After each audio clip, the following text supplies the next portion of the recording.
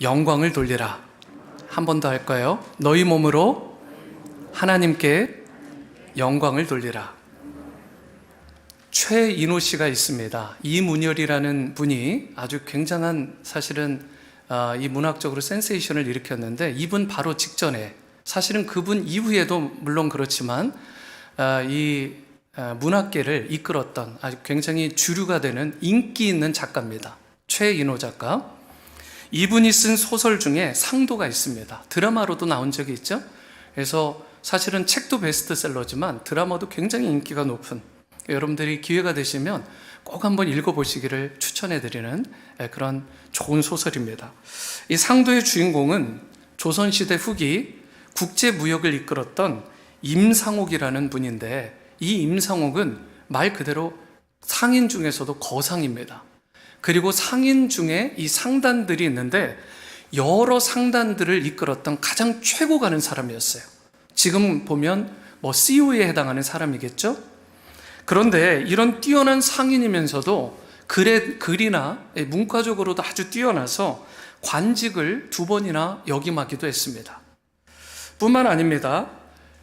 나라에 위험이 처하고 수해가 난다든가 전염병이 돌고 이러면 자신이 가졌던 재산을 거침없이 아낌없이 푸는 거예요. 그 당시에 이미 뛰어난 자선사업가였습니다. 굉장한 분이에요. 이분이 남긴 많은 어록들이 있어요. 그런데 그 중에서도 유명한 말 중에 이 말이 좀 특별히 와닿더라고요. 한번 잘 들어보세요. 장사란, 비즈니스죠, 일종의 상업, 장사란 이윤을 남기는 것이 아니라 사람을 남기는 것이다. 상업이란 이익을 추구하는 것이 아니라 의의를 추구하는 것이다. 심상치 않죠? 좀 생각이 좀 달라요, 이분은. 소인은 장사를 통해서 이문을 남기지만 대인은 거래를 통해서 사람을 남긴다. 이게 이미 조선시대 때 상인의 이 생각, 그분의 가치 철학이었습니다. 대단한 분이죠. 장사라고 하는 것은 단순히 돈을 벌고 이윤을 남기는, 돈을 남기는 것이 아니라 그것을 뛰어넘어서 사람을 얻고 사람을 남긴다는 말. 사실 이게 기독교의 정신이기도 하잖아요. 교회가 뭐 하는 거예요? 성도가 뭐 하는 사람들이죠? 영혼을 남기는, 사람을 남기는 자들이잖아요. 특별히 예수님의 제자들을 남기는 일에 쓰임받는, 그래서 내가 제자 되고 다른 사람을 제자 삼는 일에 쓰임받는 것이 크리스천입니다. 그런데 이미 넌 크리스천이었던 이 임상옥이라는 사람의 입에서, 그것도 상인이었던 이 사람이 최고 가는 가치가 될 만한 이윤이라는 것을 다 내려놓고 그거보다 더 중요한 것이 사람이다. 사람의 가치에 대해서 논했던 아주 대단한 분이세요. 누구나 살아가는 동안에요, 여러분 자신이 선택하고 추구하는 삶의 가치들이 있기 마련입니다. 거기에도 보면 높은 가치가 있고 낮은 가치가 있잖아요. 모든 사람들이 생각하는 가치와 가치관들이 다 똑같은 레벨이 아닙니다. 임상옥이라는 이 분처럼 훌륭한 높은 차원의 가치관의 사람이 있는 반면에 좀 낮은 하층, 이 저급한 가치관을 가진 사람도 있더라는 것입니다. 예를 들어 볼까요? 재물이라고 하는 것도 가치입니다. 그렇죠?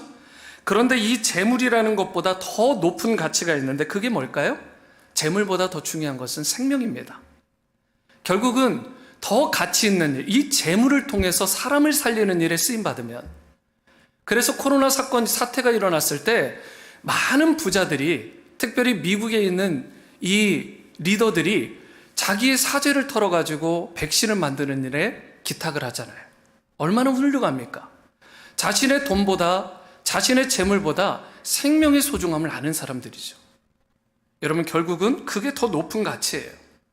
법이라는 게 너무 중요하죠. 법을 통해서 질서가 유지되니까 이 법 질서라는 건 너무 중요한데, 법 하다가 잃어버리는 게 있습니다. 그게 사랑이에요. 여러분, 법의 질서보다 더 중요한 것이 사랑이라는 밸류입니다. 이 사랑을 잃어버린 상태에서 법 집행만 하면 여러분, 그 법은 제대로 된 집행이 될 수 없는 것입니다. 방금 전에 나누었던 임상옥이라는 분처럼 여러분, 오늘날 수많은 비즈니스맨들이 있잖아요. 그런데 그 이윤보다 더 중요한 것이 있는데 그것은 인간성입니다. 예를 들어서 돈은 무수하게 버는데 인간미를 상실한 채로, 인간성을 상실한 채로 돈벌이만 급급하면 어떻게 될까요? 여러분, 저급한 인생이 되는 거죠. 그 사람은 존경받지 못합니다. 그 사람에게 뭐가 태그가 딱 붙냐면 악덕 기업가, 아주 악한 돈만 아는 기업가가 되는 것입니다. 고열을 짜내는. 여러분, 돈보다, 이윤보다 더 중요한 것은 인간성이라고요. 사람다운 회사, 사람다운 세상, 사회를 만드는 것이 사람의 가치가 되어야 되는 것입니다. 이처럼 일반적인 삶의 가치를 보더라도 좀 높은 가치가 있고 낮은 가치가 있어요. 그런데 중요한 것은 우리는 크리스천이잖아요. 우리가 크리스천으로서 가져야 될 가치들은요, 세상의 가치와 비교할 수 없이 높은 수준이 돼야 되는 것입니다. 그 중에 하나가 뭐냐면 윤리 도덕의식이에요. 우리는 정직해야 되고, 우리는 거룩해야 되고, 우리는 깨끗해야 됩니다. 세상 사람들이 생각하는 정도가 아니라 그것을 뛰어넘는 훨씬 더 숭고하고 훨씬 더 고상하고 훨씬 더 거룩한 수준의 그 윤리와 도덕의식이 있지 않고서는 여러분, 많은 사람들을 주님 앞에 이끄는 일이 불가능한 거예요. 오늘날 크리스천들이, 교회 직분자들이 지탄을 받는 이유가 뭡니까? 여러분, 이런 윤리 도덕의식이 없이 그냥 그저 돈벌이에만 급급하고 사람들의 등을 치고 속이는 일들이 교회에서, 특별히 이 크리스천이라고 하는 사람들이 이 일에 있기 때문에 사람들이 신뢰하지 않는 거예요. 그러다 보면 이 복음을 가리게 되고 세상의 빛과 소금의 역할을 감당할 수 없게 되는 것입니다. 여러분, 오늘날 적다는 크리스천들이 참 안타까운 것은 예수님을 믿고 나면 그걸로 됐다라고 생각하는 거예요. 20년 전에, 30년 전에, 50년 전에 예수님 한번 믿었다, 은혜 받았다, 그러면 됐다라는 거죠. 왜요? 천국 가니까. 이런 분들의 특징은 천국 가는 라이선스를 내가 받았다라고 생각하고 안도를 하는 것 같아요. 그런데 성경은 여러분 그렇게 말하지 않습니다. 구원의 3단계가 있는데 칭화의 이 칭의, 이 justification의 이 구원이 있고, 성화, sanctification의 구원이 있고, glorification, 영화의 구원이 있습니다. 그런데 이 3단계의 구원이 있는데도 불구하고 오직 justification, 그냥 내가 예수님 믿고 구원받았으면 됐지, 은혜로 사는 거지 뭐 라고 하게 되면 그것은 바른 성서적인 크리스천의 모습이 아닙니다. 여러분, 우리가 받는 구원은 라이선스가 아니에요. 천국행 구원열차, 나는 구원열차 올라타고서 이러니까 그 열차 탔으면 됐다라고 생각하는 경향이 있는데 아닙니다. 그것이 기독교라고 생각한다면, 그것이 크리스천의 삶의 전부라고 생각한다면 그것은 큰 오해입니다. 여러분, 저와 여러분들에게 있어서 칭의와 성화와 영화의 구원에 있어서 핵심은 내가 천국행 라이선스를 받은 게 아니라 하나님과의 관계를 어떻게 세워가느냐가 핵심이에요. 내가 구원받을 때 깨어졌던 하나님과의 관계가 회복되는 거예요. 예수 그리스도의 그 십자가의 보혈로 말미암아, 그분의 희생으로 말미암아 깨어졌던, 무너졌던 하나님과의 관계가 회복된 거예요. 그리고 그 관계가 회복된 것으로 끝난 게 아니라 계속해서 그 하나님과의 깨어진 관계가 회복된 시작부터 계속해서 빌드업을 해나가야죠.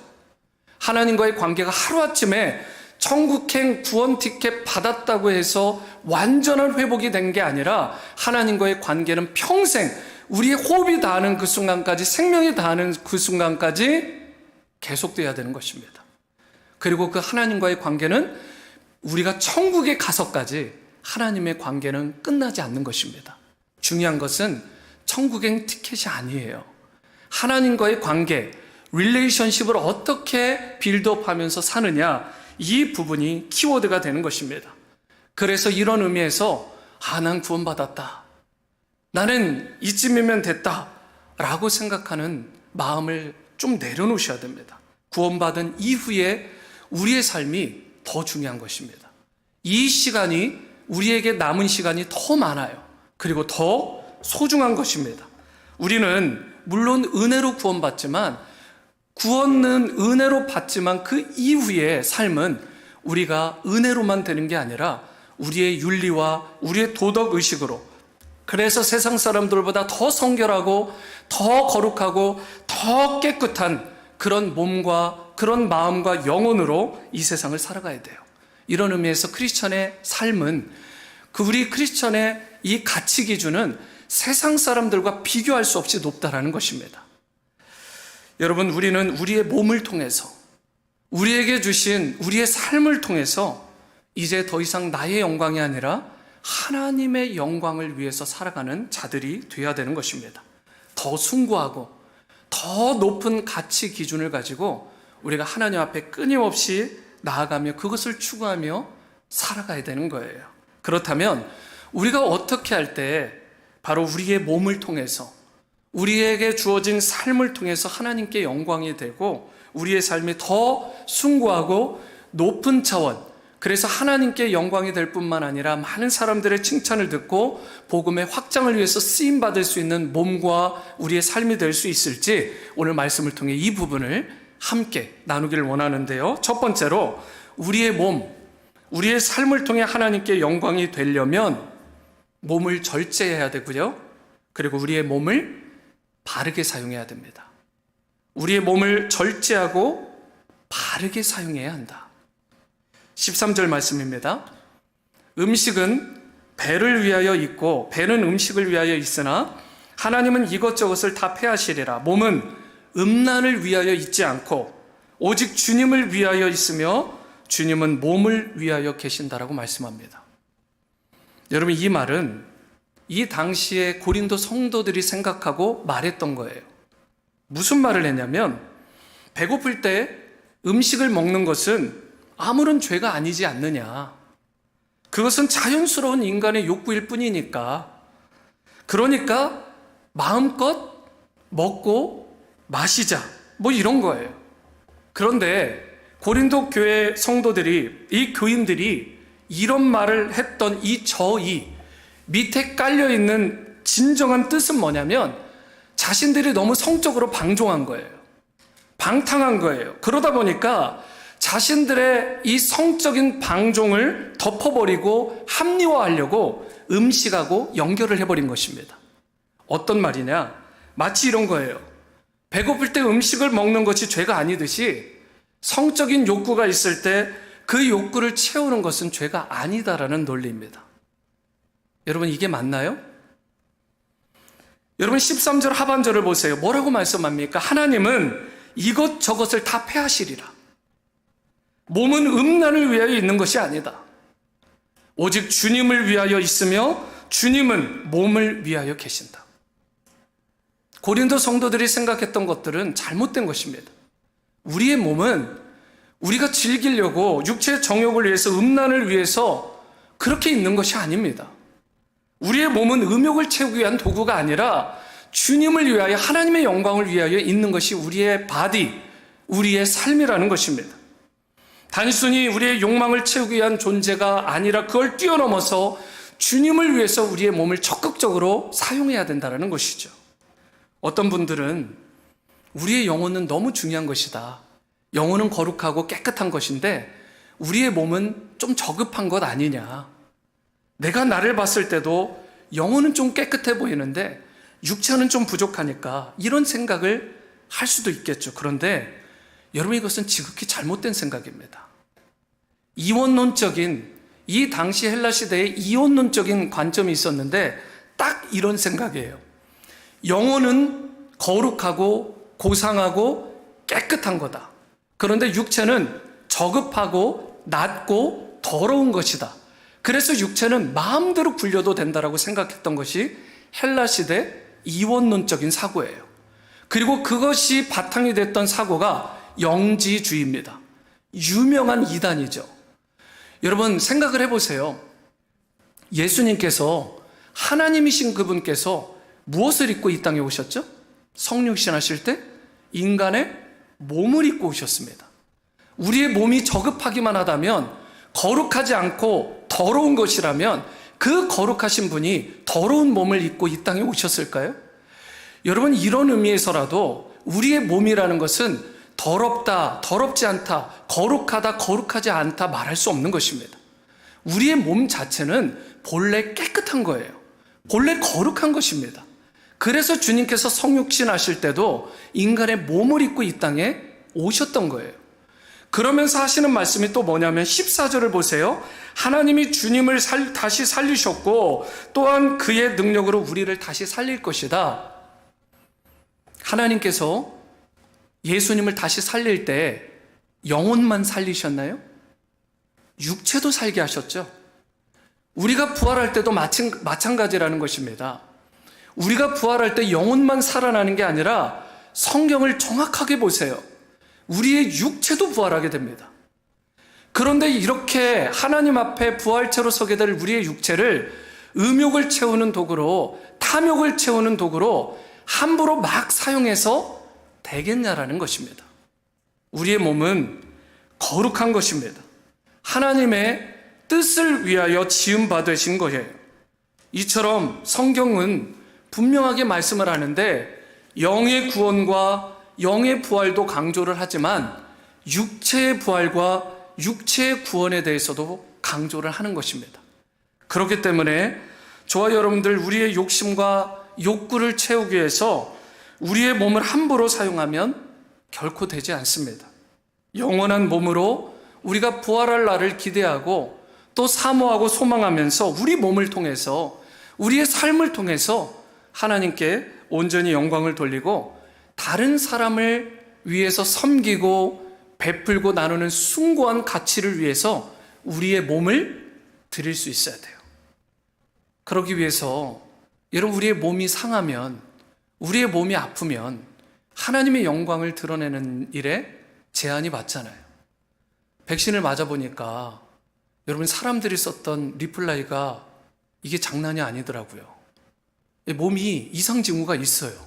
작동을 한다는 거죠. 첫 번째는 그런 반응이 없었는데 두 번째는 다르더라고요. 그래가지고 이 뭔가 온몸이 막 두들겨 맞은 것 같고 그런데 이게 한 이틀 딱 되니까 깨끗해지던데요. 사람들이 이렇게 댓글을 달았던 증세하고 너무 비슷해요. 물론 안 그런 분들도 있겠지만 저희 경우는 그랬습니다. 막 두들겨 맞는 것처럼 제 아내도 똑같았어요. 여러분 그러니까 그 짧은 순간에도 아무것도 못하겠더라고요.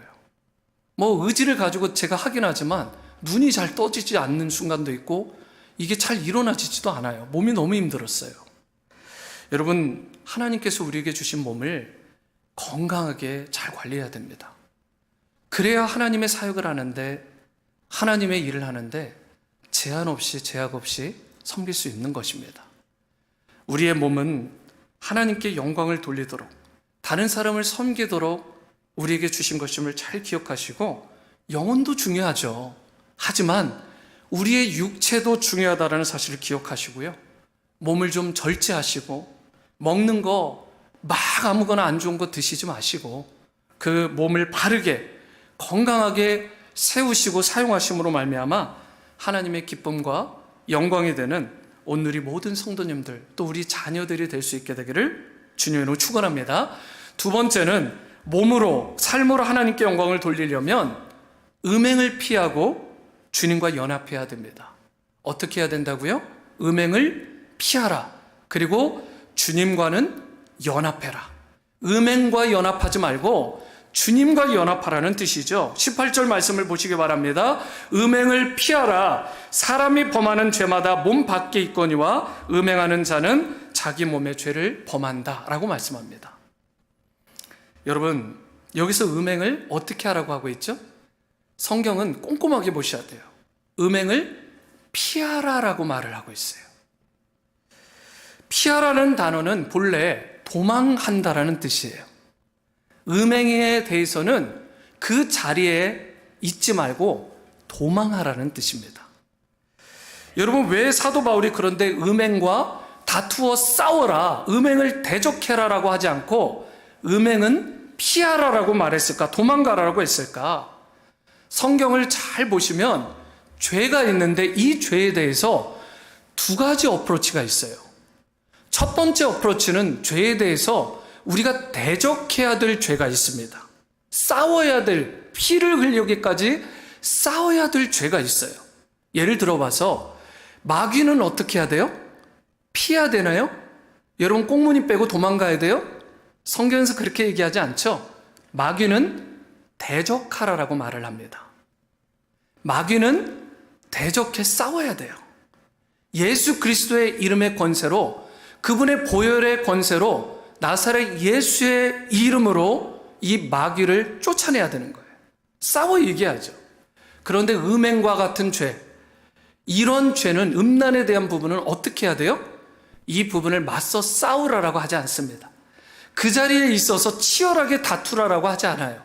그 자리를 피해야 됩니다. 음행은 그 자리에서 도망가야 된다는 것입니다.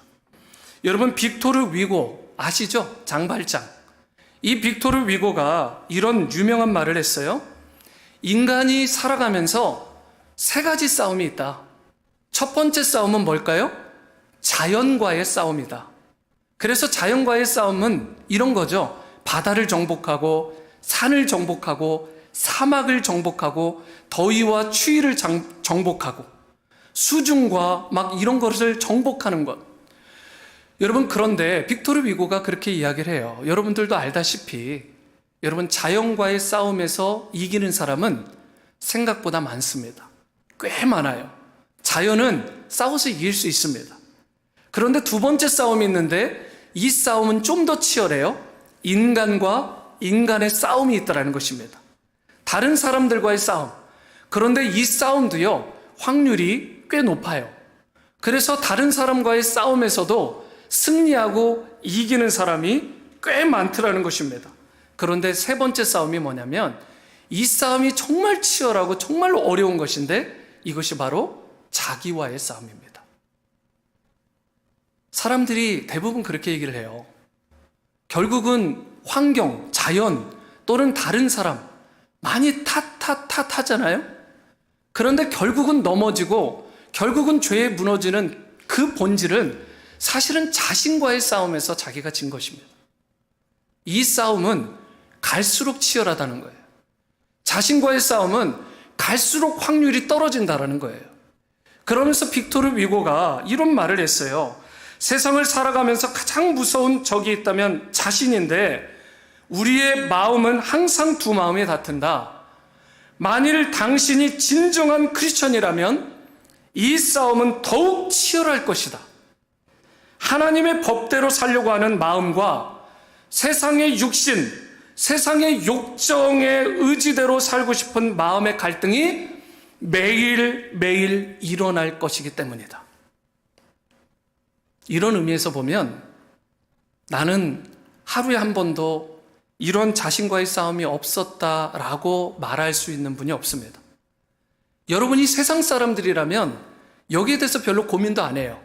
그래서 나는 별로 갈등 없어 라고 말할 수도 있을지 몰라요. 그런데 크리스천이 되고 나니까, 예수 믿는 그리스도인이 되고 나니까 생명의 성령의 법, 하나님의 말씀의 법과 내 인간의 육체적인 소욕, 육신을 따라 가려고 하는 이 소욕 두 가지가 너무 치열하게 다투는 거예요. 그런데 이것은 너무 당연한 것이라는 것입니다. 여러분들이 바른 트랙에 있는 거예요. 마치 백신을 맞으면 온몸이 두들겨 맞은 것 같고 온몸에 그 이상 징후가 일어나는 것처럼 성령의 말씀이 법이 들어오고 나면 내 안에 있는 악한 것들과 싸우기 때문에, 다투기 때문에 여러분 그럴 때부터 치열하게 내 몸에서, 내 생각에서, 내 영혼에서 반응이 일어나는 거예요. 이게 만약에 없다 요즘에, 여러분 이게 더 심각한 문제일 수 있습니다. 우리는 치열해야 돼요. 그리고 이 부분을 인정해야 되는 것입니다. 내 인간의 육신대로 살면 안 되잖아요. 자신과의 싸움, 다른 사람과의 싸움, 여러분 자연과의 싸움에서 가장 힘든 것은 나 자신과의 싸움이라고요. 그리고 최대의 적은 바로 육신이 원하는 대로 살고자 하는 마음의 소욕과 갈등이라는 사실. 오늘 본문에서 말하는 음행이 바로 딱 이런 경우입니다. 육신이 원하는 대로 살고자 하는 자신과의 싸움이 내 안에서 일어나게 되는 거죠. 내가 노력한다고 해서 이것은 내 의지를 발휘한다고 해서 이것이 사라지는 게 아닙니다. 그렇기 때문에 이런 음행에 대한 부분은 피해야 돼요. 반드시 그 자리를 박차고 여러분들이 떠나가야 되는 것입니다. 음행의 자리에 누구라도 머물게 되면 여러분 10중 8구 그 음행에 넘어가게 되는 거예요. 음행에 빠질 만한 상황 자체를 여러분들이 피하고 그 자리를 도망쳐야 되는 것입니다. 구약 성경에 보면 이 음행의 상황이 왔을 때 자신과의 싸움, 이 음행과의 싸움에서 이겨낸 그 자리를 피함으로 잘 이겨내고 승리한 위대한 사람이 있죠? 그분이 누굽니까? 요셉이잖아요. 여러분이 잘 아시는 것처럼 이 요셉이 너무나 훌륭한데, 여러분 오늘이 어린이날입니다. 어린이 주일. 그리고 우리 유스 자녀들, 우리 청년들, 다음 세대 우리 자녀들, 이 음란한 세상은 갈수록 악화될 거예요. 그런데 이 악한 음란한 세대 가운데 우리 자녀들을 요셉처럼 이 유혹을 잘 이겨내므로 하나님이 쓰시는 위대한 인물들로 세우는 일에 우리가 치열하게 저들을 교훈하고, 그리고 이 요셉의 스토리를 정확하게 가르쳐 줘야 됩니다. 여러분, 요셉의 이 스토리와 교훈이 마음에 새겨진 자녀들과 그렇지 않은 자녀들은 이 세상의 음행을 이겨내는 것에 있어서 퀄리티가 다를 수밖에 없어요. 여러분, 요셉은 청년기 때요, 얼굴이 참 잘생겼습니다. 준수했고요. 그리고 외모뿐만 아니라 건강했어요. 그리고 지혜도 뛰어났습니다. 누가 보더라도 매력적인 남성이었어요. 여러분, 그러다 보니까 보디발의 아내가 요셉을 유혹합니다. 그리고 단 둘이 있는 타이밍을 기가 막히게 만들죠. 그리고 이 요셉을 유혹을 하는데, 생각해 보세요. 요셉이 만약에 그 자리를 피하지 않고 도망하지 않고 그 자리에서 남아 있었더라면, 옷을 잡으니까 옷이 찢어질까 봐 그 자리를 박차지 않고 그냥 남아 있었다면 어떻게 됐을까요? 요셉이 만약에 이런 생각으로, 야, 내가 보통 믿음을 가진 사람이야? 내가 신앙생활에 있어서 좀 잘 연단된 사람이야? 내 아버지가 야곱이고 그 아버지가 이삭이고 거기가 또 아브라함이고 내가 믿음의 이 가문에서 태어난, 거기다 나는 기도의 영역도 있고 하나님이 나를 보호하시는데 나같이 믿음이 대단한 사람 뭐 이쯤이야 라고 하면서 자리에 머물러 있었다. 그냥 앉아 있었다. 여러분, 어떻게 됐을까요? 저는 백발백중 이 요셉도 장담할 수 없다라고 생각합니다. 천하의 누구도 그 음행의 자리, 그 자리를 피하거나 도망하지 않으면 여러분, 그 자리에서 어떤 장사도 없는 거예요. 그렇게 됐다면 요셉의 스토리는 그쯤에서 끝나버렸을지도 모릅니다. 요셉의 스토리가 오늘날 많은 자녀들에게, 우리에게 교훈이 되지 못했을 거예요. 그리고 요셉의 스토리는, 아니 나아가 하나님의 스토리는 전혀 다른 방향으로 흐를 수밖에 없었을지도 모르는 안타까운 일이 벌어졌을 것입니다. 여러분, 저와 여러분들 음행을 가볍게 여기면 안 됩니다. 이 일은 일평생 여러분 하나님 앞에 설 때까지 계속 순결함과 거룩함을 지켜야 될 우리 인생의 최고의 자신과의 싸움이에요. 이 부분을 인정하시고 요셉처럼 하나님 앞에서 순결하고 그 자리를 머물러 있는 것이 아니라 피하고 도망할 수 있는 여러분들이 될 수 있게 되기를 바랍니다. 그래서 사도 바울이 뭐라고 했어요? 17절 말씀, 주님과 합하는 자는 한 영이다. 사도 바울이 그 자리를 피하고 그 음행의 자리와 피함으로 음행과 연합하지 말고 대신 너희가 연합해야 될 분이 있는데, 너희들은 주님과 연합한 자가 되어라. 영어로 보면 united라고 되어 있습니다. 연결되고 하나가 되라는 뜻입니다. 음행하는 일, 다른 악한 일에 연합하는 자가 아니라 우리는 주님만 바라보고 주님과 연합하는 자가 되어야 돼요. 창세기에 보면 결혼은 뭐라고 얘기했죠? 둘이 만나서 하나가 되는 것이다. 한 몸을 이루는 것이다. 이렇게 말을 합니다. 이게 결혼의 신비죠.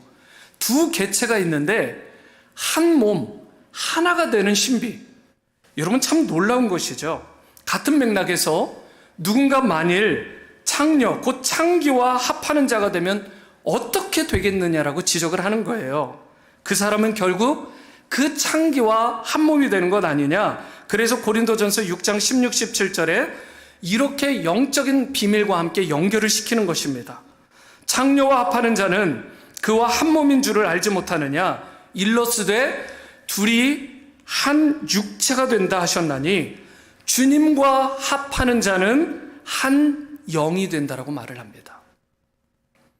창녀와 합하는 자는 그와 한 몸이 됩니다. 우리도 더럽혀지는 것이죠. 하지만 주님과 합하는 자는 우리가 주님과 한 영이 되는, 그리하여 거룩한 성도가 되는 것입니다. 그렇기 때문에 우리는 음란함에 우리의 몸을 결코 맡겨서는 안 됩니다. 성적인 죄는 우리의 육체, 우리의 몸을 그 거룩함을 훼손할 뿐만 아니라 영의 거룩함까지 훼손하는 심각한 죄입니다. 그렇기 때문에 우리 몸은 음란을 위하여 있지 않고 오직 주님을 위하여 있는 것으로 알고 우리 몸을 소중하게 그리고 거룩하게 유지해야 되는 것입니다.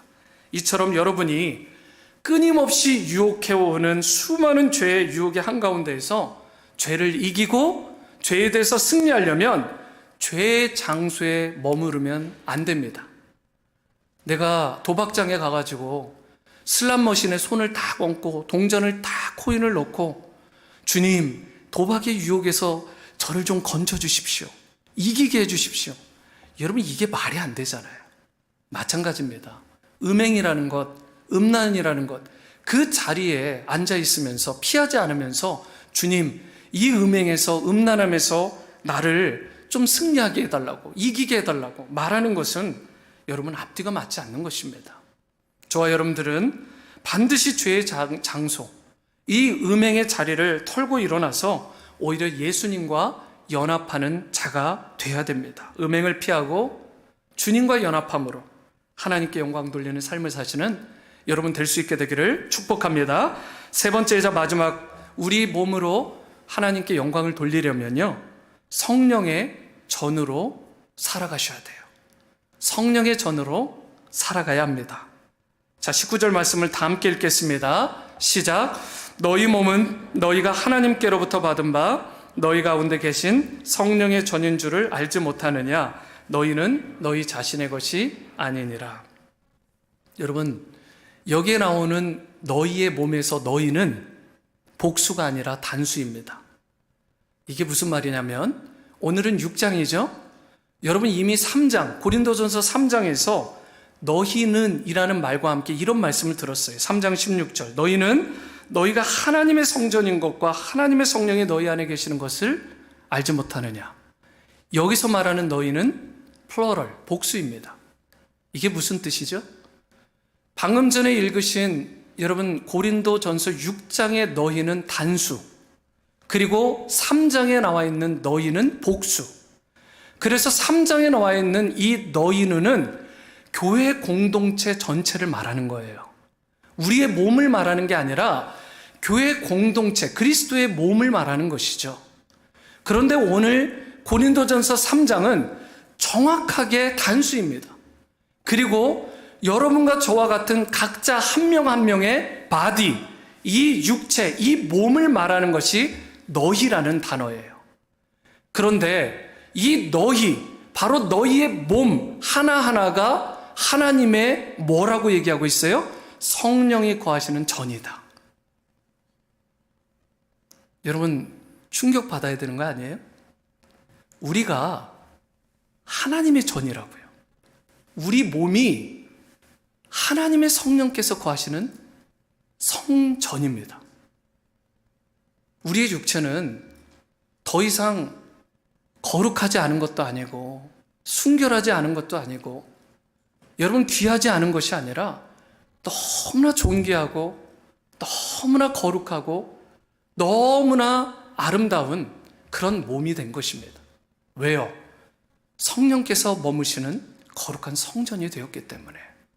그리고 이것은 여러분 그냥 많은 사람들 한꺼번에 묶어가지고 번들로 묶어가지고 한 말이 아니라 여기 있는 여러분과 저 각자 한 사람 한 사람의 바디, 이 몸이 바로 성령의 전이라고 말씀하고 있다는 사실.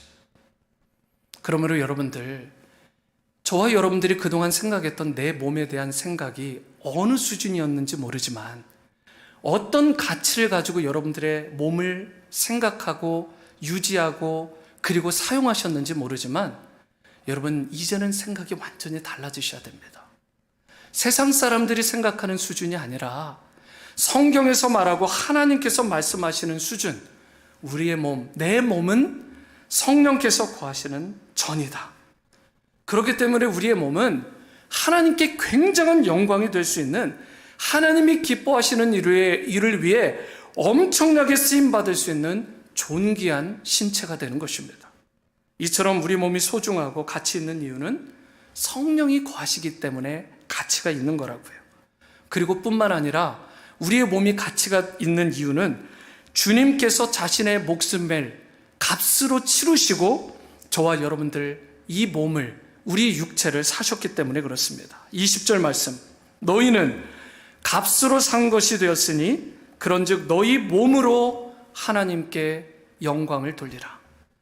주님께서 십자가에 달려 돌아가심으로 우리의 소울, 영혼만 구원하신 게 아니라, 우리의 영혼만 값을 치르시고 사신 게 아니라 여러분과 저의 육체도, 몸도 그리스도께서 값을 치르고 사신 것입니다. 이렇게 성전된 육체를 여러분은 감히 누가 누구에 대해서 판단할 수 있겠어요? 모양이 흉측하다, 왜 이렇게 좀 부족하냐, 떨어지냐, 여러분, 이런 세상 사람들의 저급한 가치에 따라서 저와 여러분들이 결코 살아가면 안 됩니다. 거울을 보면서 맨날 내 얼굴은 왜 이러냐고, 내 신체는 왜 이런지, 여러분 불평하고 원망하면 안 돼요. 내 몸은 주님께서 그분의 값으로 사신받은 소중하고 존귀한 몸인 것입니다. 그렇기 때문에 우리가 할 일은 뭐예요? 내 몸으로, 우리의 몸으로 하나님께 영광을 돌려야 되는 것입니다. 너무나 소중한 몸이기 때문에 내 몸의 모든 것을 다해서 하나님을 찬양하고 하나님을 경배하고 하나님을 송축하고 예배하는 일에 사용해야 돼요. 우리 몸은 하나님의 성전이기 때문에 내 몸을 통해서, 내 삶의 전부를 통해서 하나님을 찬양하고 예배하고 높이는 삶을 살아가야 된다는 사실. 미국의 암 전문의 중에 김의신 박사라는 분이 있습니다. 좀 안타까운 일이지만 암이 걸려보신 분들은 이분을 거의 모르는 분이 없더라고요. 김의신 박사. 유튜브 채널도 워낙 유명하고 이분이 쓰신 책들도 유명하고, 그런데 이분은 휴스턴에 있는 MD 앤더슨이라고, 여러분 정말 암 쪽에 있어서는 저명한 병원인데 그 병원에서도 종신 교수를 보내신 분이 김의신 박사라는 분입니다. 이분은 거기에다가 세계적으로 유명한 석학이에요. 암 쪽에 있어서는 최고 가는 권위자 중에 한 사람입니다. 그런데 이분이 이런 의미 있는 이야기를 하셨어요. 암에 안 걸리는 사람들 중에 상당수가 기뻐하며 사는 사람들이다. 기뻐하며 감사하며 하나님께 찬양을 올리면 신체의 면역 체계가 강화되어 몸과 마음의 건강을 잘 유지할 수 있다. 물론 이 말에 오해가 있을 수 있는데, 그럼 기뻐하고 감사하지 않고 그러면 하나님께 찬양을 올리지 않는 사람만 암에 걸린 거냐? 그럼 암에 걸린 사람은 다 이런 사람이냐? 그건 아니죠. 이 말은 여러분, 그럴 확률, 암에 걸릴 확률이 현저히 낮아지더라는 거예요. 언제요? 기뻐할 때, 감사할 때. 그리고 이분이 강조하는 게 하나 더 있습니다. 하나님을 찬양하고 예배할 때. 이게 놀라운 일이죠. 실제로 이분이 인용한 글에 보면 1998년 미국 듀크 대학병원에 해롤드 코니라는 분과 데이비드 라슨이라는 두 의사분이 오랜 시간 동안 실험하고 임상 결과를 발표를 했는데, 그 연구 결과에 따르면 이런 내용이 있습니다. 매주일 교회에 나와서 찬양하고 감사하며 예배를 드리는 사람들은 그렇지 않은 사람들보다 평균 7년을 더 살더라는데, 그런데 그것도 그냥 사는 게 아니라 훨씬 더 건강하게 살더라는 거예요. 수명이 7년이 늘어날 뿐만 아니라 훨씬 더 건강한 신체로, 몸으로 살아가더라는 거예요. 여러분, 암에 걸릴 확률도 거기다가 훨씬 적더라는 것입니다. 이것은 실제로 의학 저널에 나와 있는 검증된 자료입니다. 저는 우리 교회가 지난 1년 동안 이 넘게, 물론 이제 칸타타를 통해서 중간중간 하긴 했지만 성가대 연습을 정기적으로 못 하잖아요. 참 아쉬움이 있는데 어제 이 부분을 또 준비하고 그러면서 그런 생각이 들었어요. 우리 성도님들의 건강과 그리고 이 만수무강, 장수를 위해서라도 성가대가 빨리 회복돼야 되겠다. 그러면 이 찬양하는 가운데, 예배하는 가운데 더 건강하게 사실 수 있잖아요. 여러분, 그래도 감사한 건 오늘 찬양도 너무 좋았죠. 얼마나 감사합니까? 우리 그런 의미에서 우리 한번 찬양팀 성가대 한번 감사의 박수 한번 할까요? 찬양팀이 찬양을 너무 은혜롭게 막 잘 인도해 주니까 여러분, 우리가 함께 주님을 기쁨으로 찬양하고 또 감사하고 영광 돌리는 가운데 우리에게 살아나는 게 뭔지 아십니까? 면역 세포가 막 발생을 하는 거예요. 이분이 뭐라고 했냐면, 찬양하시는 분들은 일반인보다 면역 세포 수가 몇십 배 정도가 아니라 무려 200배에서 1000배가 높다고 말씀을 했어요. 30배, 60배, 100배가 아니에요. 뭐 놀라지도 않으시는 것 같은데, 여러분, 200배에서 1000배의 면역 세포가 왕성하게 생기고 활동을 한다는 사실. 이분이 발표한 내용이라고요. 의학 저널에. 엄청난 일이죠. 여러분, 평소에 찬양을 하면 200배래요. 찬양만 해도 대단한 거죠, 여러분들. 그런데 성가대를 예를 들었을 때 성가대가 연습을 하잖아요. 연습을 할 때 잘 집중해서 막 이렇게 은혜 받으면서 찬양을 하는 그분들을 그 연습 직후에 측정을 하니까 500배까지 늘어나더래요. 어떤 영양제가 여러분 500배 늘리겠어요? 2배도 늘리기 어려운데. 여러분, 거기다 더 놀라운 건 찬양을 할 때 보면 성가대가 마지막에 끝에 피날레 쫙 하다가 막 높여서 주로 끝내잖아요. 딱 하나님을 찬양하고 나서 수치를 체크했대요. 그랬더니 그때 바로 1000배가 나오더래요. 하나 놀라시지도 않아. 여러분, 대단한 일 아니에요? 하나님께서 이미 저와 여러분들 가운데 면역세포를 다 주셨어요. 건강하게 살 수 있도록, 유지할 수 있도록 최상의 바디와 면역체계를 다 만들어 주셨습니다. 그래서 이사야 43장 21절에 이렇게 말하는 거예요. 한번 같이 읽어봅니다. 시작. 이 백성은 내가 나를 위하여 지었나니 나를 찬송하게 하려 함이니라. 할렐루야. 주님께서 저와 여러분들을 이렇게 만드신 거예요. 주님을 찬송하도록.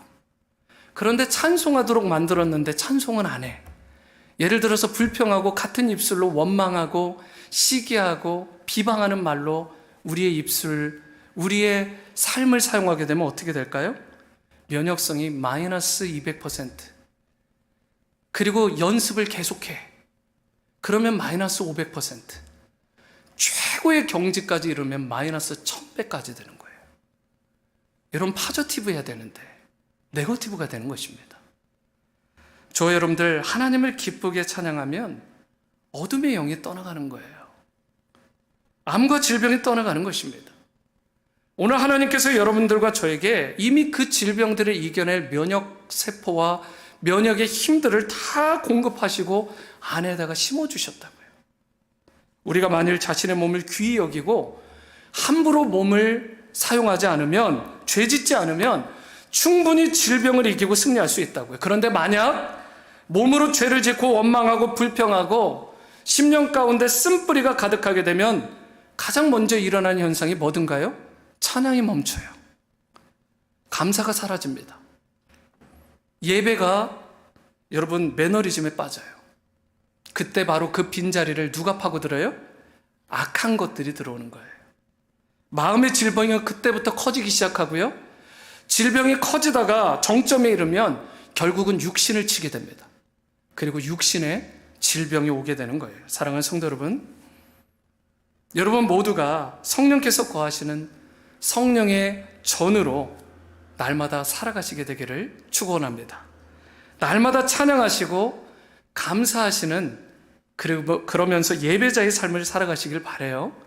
혹 여러분 가운데 기도가 막힌다, 나는 찬양이 막혀, 요즘 심령이 너무 메말라 있는 것 같아 라고 하는 분들이 있지는 않은지, 또는 경제적인 위기로, 가정의 어려움으로, 직장과 학업과 관계의 어려움으로 신음하고 아파하는 분이 계시지는 않는지, 여러분 이 시간 우리가 인정해야 됩니다. 우리가 아무리 애쓰고 노력해도 마음에 응어리진 것들, 그 인생에 막혀있는 이 문제를, 신음하고 고통하는 이 부분을 해결할 수 없어요.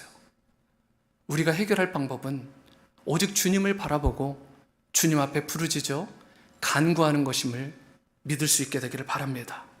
오직 주님만 바라보고 그분께 우리의 모든 문제와 우리의 모든 신음과 우리의 모든 아픔과 고통을 내어 맡길 때에 주님의 이름을 부르는 그 사람에게 주님께서 응답하시고 놀라운 치유와 회복을 베풀어 주시는 것입니다.